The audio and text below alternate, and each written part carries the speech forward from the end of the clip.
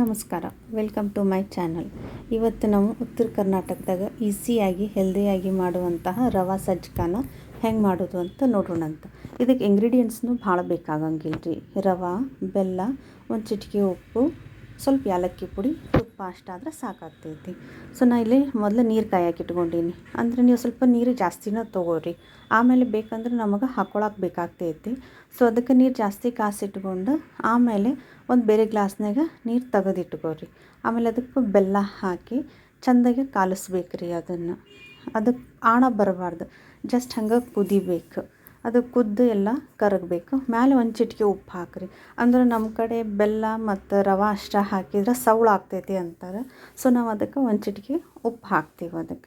ಅದು ಚೆಂದಾಗೆ ಕಾಲಿಸ್ರಿ. ಪೂರ ಕರಗಿಂದ ಅದಕ್ಕೆ ರವೆ ಹಾಕ್ಕೊಂಡಂತ.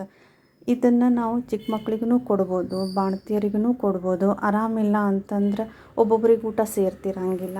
ಸೊ ಆವಾಗ ಇದು ಸಜ್ಜಕ ಜೊತೆ ಉಪ್ಪಿನಕಾಯಿ, ತುಪ್ಪ ಎಲ್ಲ ಹಾಕ್ಕೊಟ್ರೆ ಟೇಸ್ಟಿ ಅನ್ನಿಸ್ತೈತಿ ತಿನ್ನೋಕೆ. ಸೊ ಒಂದು ಸತಿ ನೀವು ಟ್ರೈ ಮಾಡಿ ನೋಡಿರಿ. ಈಗಿದು ಬೆಲ್ಲದ ನೀರು ಕುದಿ ಆಗ್ತೈತಿ. ಇದು ಪೂರ ಬೆಲ್ಲ ಕರಗೋವರೆಗೂ ಕಾಲಿಸಿ ಆಮೇಲೆ ಅದಕ್ಕೆ ರವೆ ಹಾಕ್ಬೇಕ್ರಿ. ಈಗ ಬೆಲ್ಲ ಪೂರ ಕುದ್ದೈತಿ. ಸೊ ಇದೇನು ಆಣ ಬರೋಂಗಿಲ್ಲ. ಇಷ್ಟು ಕುದಿಸಿದ್ರೆ ಏನೂ ಆಣ ಬರೋಂಗಿಲ್ಲ. ಸೊ ಅದು ಹಂಗೆ ನೀರಷ್ಟೇ ಇರ್ತೈತೆ, ಬೆಲ್ಲದ ನೀರು ಅನ್ನಿಸ್ತೈತೆ ಅದು. ಇದಕ್ಕೆ ನಾವೇನು ರವಾನು ಹುರ್ಕೊಂಡಿರಂಗಿಲ್ಲ, ಏನೂ ಮಾಡಿರಂಗಿಲ್ಲ. ಜಸ್ಟ್ ಹಂಗೆ ಡೈರೆಕ್ಟ್ ನೀರಿಗೆ ಬೆಲ್ಲ ಕೂಡಿಸಿರ್ತೀವಿ, ಆಮೇಲೆ ಅದಕ್ಕೆ ರವೆ ಕೂಡಿಸ್ಬಿಡ್ತೀವಿ. ಸೊ ನೀವು ಇಷ್ಟು ರವೆ ಹಾಕಿದ್ರೆ ನಡಿತೈತಿ. ಇದು ಬಾಂಬೆ ರವೆ ಏನು ಅಲ್ಲ, ಕೇಸರಿ ರವೆ ತೊಗೋರಿ. ಬಾಂಬೆ ರವೆ ಹಾಕಿದ್ರೆ ಅದು ಸ್ವಲ್ಪ ಗಂಟು ಆಗ್ತೈತಿ. ಸೊ ಆದಷ್ಟು ನೀವು ಕೇಸರಿ ರವೆ ತೊಗೊಂಡನ ಮಾಡಿರಿ. ಅಂದ್ರೆ ಅದು ನಿಮಗೆ ಗಂಟನೂ ಆಗಂಗಿಲ್ಲ, ಆಮೇಲೆ ಮೆತ್ತಗೂ ಆಗಂಗಿಲ್ಲ. ಸೊ ಇದು ಸ್ವಲ್ಪ ತಿನ್ನೋಕೆ ಟೇಸ್ಟ್ ಅನ್ನಿಸ್ತೈತಿ. ಒಬ್ಬೊಬ್ಬರು ಮೆತ್ತಗಾದ್ರೆ ತಿನ್ನಂಗಿಲ್ಲ, ಇದು ಸ್ವಲ್ಪ ಉದುರನ್ನು ಅನ್ನಿಸ್ತೈತಿ. ಸೊ ನೀವು ಅದು ಕುದಿಯೋವರೆಗೇನು ಕಲಸ್ರಿ. ಸ್ವಲ್ಪ ಪೂರ ಕುದ್ದದ ಸ್ವಲ್ಪ ಗಟ್ಟಿ ಆಗ್ತೈತಿ. ಅಲ್ಲಿವರೆಗೆ ಅದನ್ನು ಹಂಗೆ ಕುದಿಸ್ಬೇಕ್ರಿ. ಒಂದು 5-10 ನಿಮಿಷ ನೀವು ಕುದಿಸ್ಕೋಬಹುದು. ಅದನ್ನು ಲೋ ಫ್ಲೇಮ್ ಒಳಗೆ ಇಡ್ರಿ ಅದನ್ನು. ಸೊ 10 ನಿಮಿಷ ಕುದ್ದಿಂದ ಈ ಕಂಟೆಂಟಿಗೆ ಬರ್ತೈತೆ ರೀ ಅದು. ಹೌದಾ? ಸೊ ಇಷ್ಟು ಕುದ್ರೆ ಸಾಕು. ನಮಗೆ ನೀರೇನು ಜಾಸ್ತಿ ಬೇಕಾಗಿಲ್ಲ. ಸೊ ನಾ ಹಾಕಿದ ನೀರು ಕರೆಕ್ಟ್ ಐತಿ. ರವೆ ಏನಾರ ಸ್ವಲ್ಪ ಗಟ್ಟಿ ಅನ್ಸಿದ್ರಷ್ಟೇ ನೀವು ಕಾಸಿಟ್ಟಿದ್ದ ನೀರು ಇದಕ್ಕೆ ಕುಡಿಸ್ಕೋಬೋದು. ಸೊ ಈಗ ಇದು ಕನ್ಸಿಸ್ಟೆನ್ಸಿ ಕರೆಕ್ಟ್ ಐತಿ.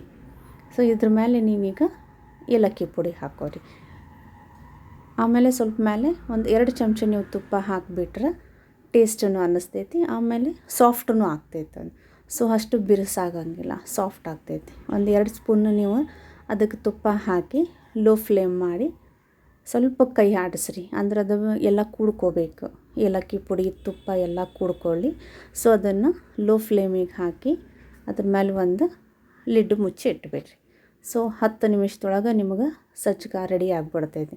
ಸೊ ಈಗ ಆರಾಮಿಲ್ಲ ಅಂದವ್ರಿಗೆ, ಟೇಸ್ಟ್ ಹತ್ತಂಗಿಲ್ಲ ನಮಗೆ ಅಂದ್ರೆ ಚಿಕ್ಕ ಮಕ್ಕಳಿಗೆ ಇದು ಕೊಟ್ಟು ಕಬ್ಬಿಣ ಅಂಶ ಜಾಸ್ತಿ ಇರ್ತೈತಿ.